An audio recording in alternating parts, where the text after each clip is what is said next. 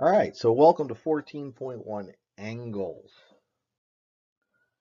All right, so find the measurement of the missing angle. Well, the key to this is you have to know that the three angles in a triangle always add up to what number? In all triangles, doesn't matter what type, they always add up to 180 degrees. And if you remember that, you'll be using that many, many times in your future. Then that missing angle has to be 110 degrees. So this is 180 degrees. If I put a protractor on it, it would be 180 degrees. And so if that side is 120, this side must be 60. X plus 120 equals 180. So both in a straight line, right? There's a straight line. There's 180 degrees. And in a triangle, there is 180 degrees. And that's an important relationship. So x here was what? X was 60 degrees. So we're going to be finding all four angles in a picture like this. So angles that are adjacent. Now the word adjacent means next to, but next to left and right. If you're sitting in class, the student on your left and your right are adjacent to you. The person in front and back of you are not considered adjacent. Okay, adjacent is next to, but left or right, to the side. And adjacent angles along a straight line. So there's a straight line, and we've cut that straight line in not half, but into two parts. And on one side, we have an angle that's 70 degrees. And on the other side, we have an angle A. And adjacent angles along a straight line always add up to 180. And the math word for adding up to two angles adding up to 180 is supplementary. Adjacent angles along a straight line are supplementary. So A, right, you don't have to write an equation here, but I'm just going to do that just to show it, right? Obviously, A here is 110 degrees. And we say angle A and set the angle 70 degrees are supplementary. And since they're along a straight line, this pair of angles is called a linear pair. All right? So now I want you to find angle F, the measure of angle F. Well, there's a straight line. If this side is 30, what does this other side have to be along the straight line? Well, hopefully you realize that F plus 30 must add up to 180. Hopefully you see that F must be 150 degrees. What about angle H here? Is angle H also along a straight line with our original angle? Yes, it is. It's along that other straight line. And so if this one's 30, angle H here is also 150 degrees. Same exact math, except substitute H instead of F. E is not considered adjacent. It's considered back to back with the 30-degree angle. So the two adjacent angles will be supplementary to the original angle and form a linear pair. So find the measure of the angles adjacent to the given angle, the 45.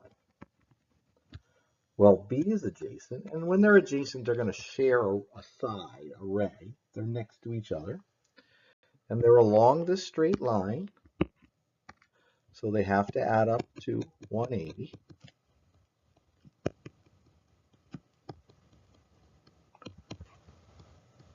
And so angle B has to be 135 degrees. So now if we go to the other straight line, this one, you're going to notice that this one here also has to add up to 180 degrees, right? Because this part is 45 and this part makes a straight line. So same exact math, and once again, well, that's interesting. We've done this twice now, and notice what's going on here, that these two angles that are back to back, right, end up being the same number. B and D are both 135 degrees. They're the adjacent angles along a straight line, and this is not considered an adjacent angle.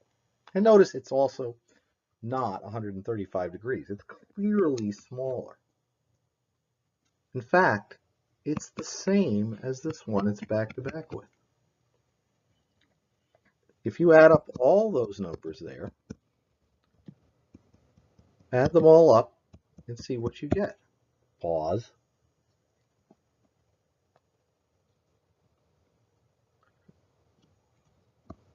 Hopefully you get 360 degrees, because you go all the way around, it's 360 degrees. 45 plus 135 plus 45 plus 135 is 360.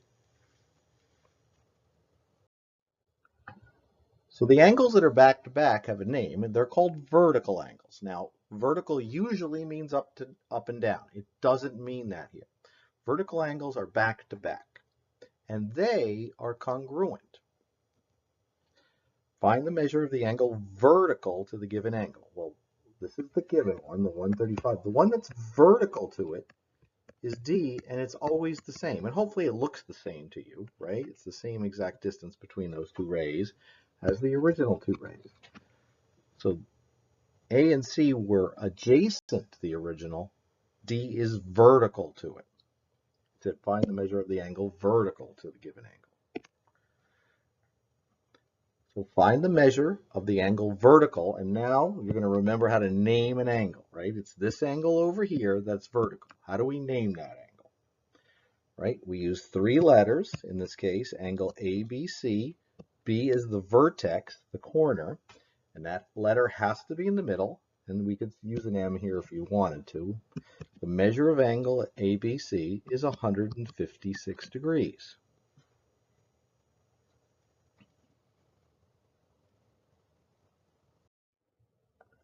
If the measure of angle KCL equals 72 degrees, let's find KCL on the picture. Well, it's right there, and that's 72 degrees. The angle vertical to it must also be 72 degrees. That's MCN, angle MCN. The other two angles in the picture must be 180 minus 72. So let's do that. We get an 8, we get 108.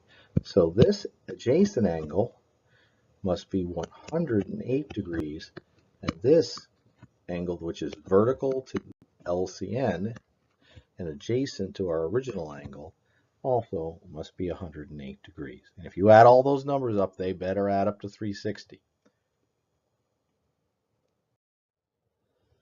So now we have an angle that we're calling 5x plus 10 and another angle that's 30.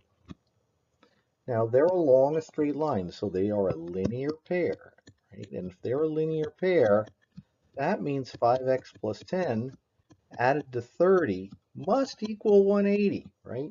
They must equal 180. Well, I just wrote a very simple equation. Solve it.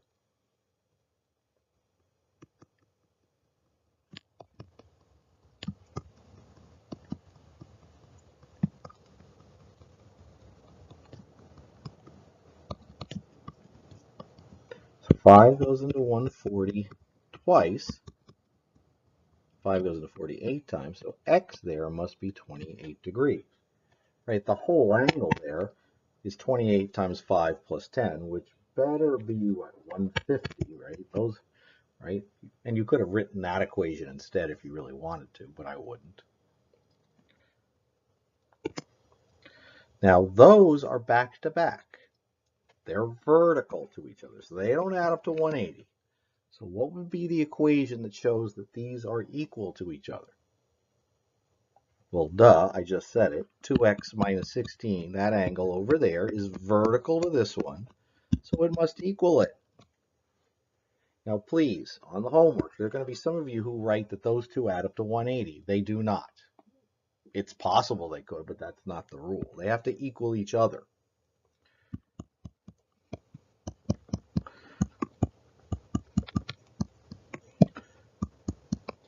And so we solve our equation. Here in x, I'm getting 72 degrees. 2 times 72 minus 16 will equal 128. Vertical angles equal each other. Linear pairs add up to 180. Can the three angles there form a triangle? Remember where we started. We said in every triangle that the three angles add up to 180. And we've been doing two angles, but we have three angles here. Put some arc marks in there. That's a mess. All right, and we said that those three angles are along a straight line. They must add up to 180. So if I spin things around, will this turn into a triangle? Let's find that out. So I'm going to spin that one around.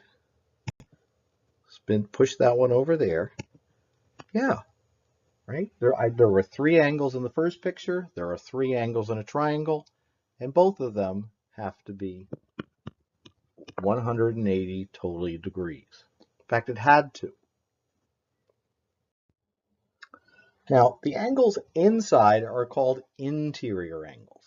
The angles outside are called exterior. Notice this angle out here is outside the triangle, and it's called an exterior angle. An interior decorator decorates the inside of a house. Well, this is exterior, outside. Now, so these angles inside here are called the interior angles. Now, you can make exterior angles anywhere by taking one of the sides and extending it. There are exterior angles all over the place here. So now let's see what we're doing here. We're finding the missing angles. An exterior angle can be formed by extending any of the sides. It always equals the sum of the non-adjacent interior angles. All right. So first of all, let me clean things up a little bit here. So this angle right here, let's call it y, is the adjacent angle, right? But what this says is the non-adjacent ones, right? Those are non-adjacent to the exterior. Those two sum up to 150. And it turns out the exterior angle over there has to also be 150. That is a rule, 150 degrees in this case. And let's see why that is. Well, think about it. If these two are 70 plus 80, 150, right? The three angles inside must add up to 180. So this one must be 30. Well, if this one must be 30, these two have to make it all add up to 180. And so does this one over there have to make everything add up to 180. So this one always equals the sum of these two. We say the exterior angle always equals the sum of the non-adjacent interior angles. All right, so what is this question mark?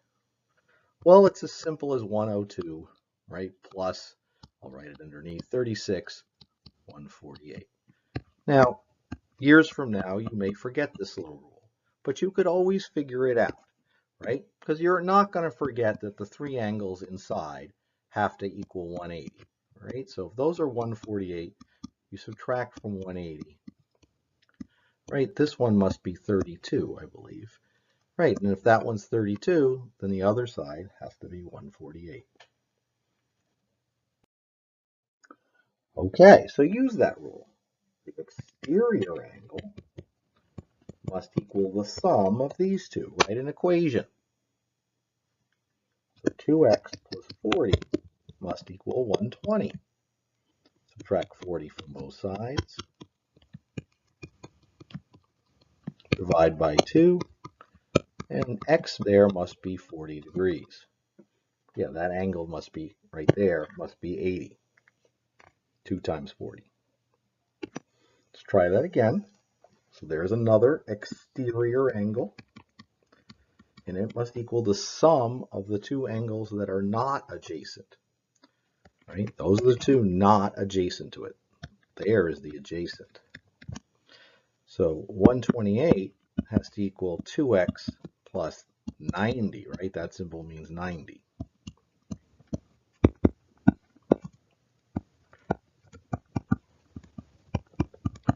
Divide both sides by 2. 40 divided by 2 is 20. This must be 19 degrees for x.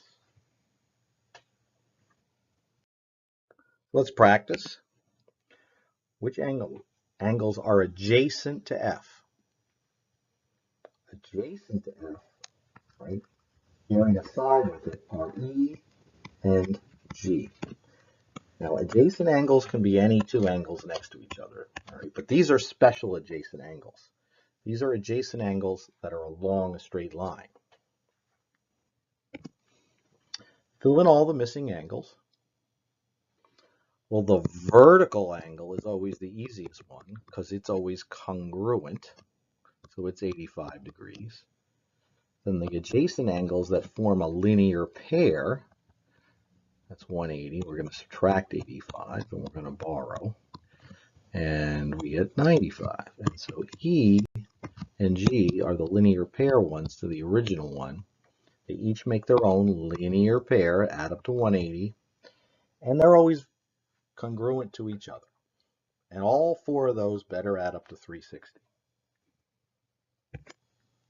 Right, so which angles form a linear pair with G? All right, so in this one, I'm talking about this one here. What forms a linear pair with G are F, because F and G, right? Because F plus G is 180 degrees, and they're along a straight line. That's the linear part. And H is the other one, because G and H also add up to 180 and form a linear pair along that line. All right, which angle is vertical to angle POS? Well, there's POS. Angle QOR is vertical to it, back to back. You could have also said it as ROQ, as long as O is in the middle. If in that picture angle POS is 123 degrees, so POS is 123 degrees, find SOR. All right. So SOR is a linear pair with it. And so it must be 57 degrees. Right? And if we had to fill in this picture, it would be 2 57 degrees and 2 123. Find the measure of y. Well, those are adjacent angles along a straight line, a linear pair. So they must add up to 180. So this is 6y equals 180. Y equals 30 degrees.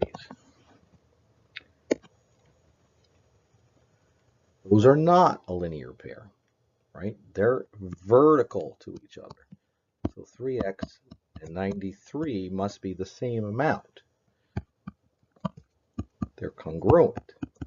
And so x here is 31 degrees. See the difference between these two pictures. Finally, which is the exterior angle? The one outside. There's the exterior angle.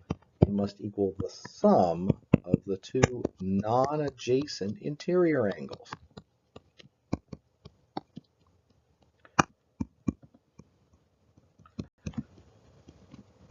Right? How to get rid of a fraction coefficient? Multiply both sides by the reciprocal, and x equals 60 degrees. Thank you.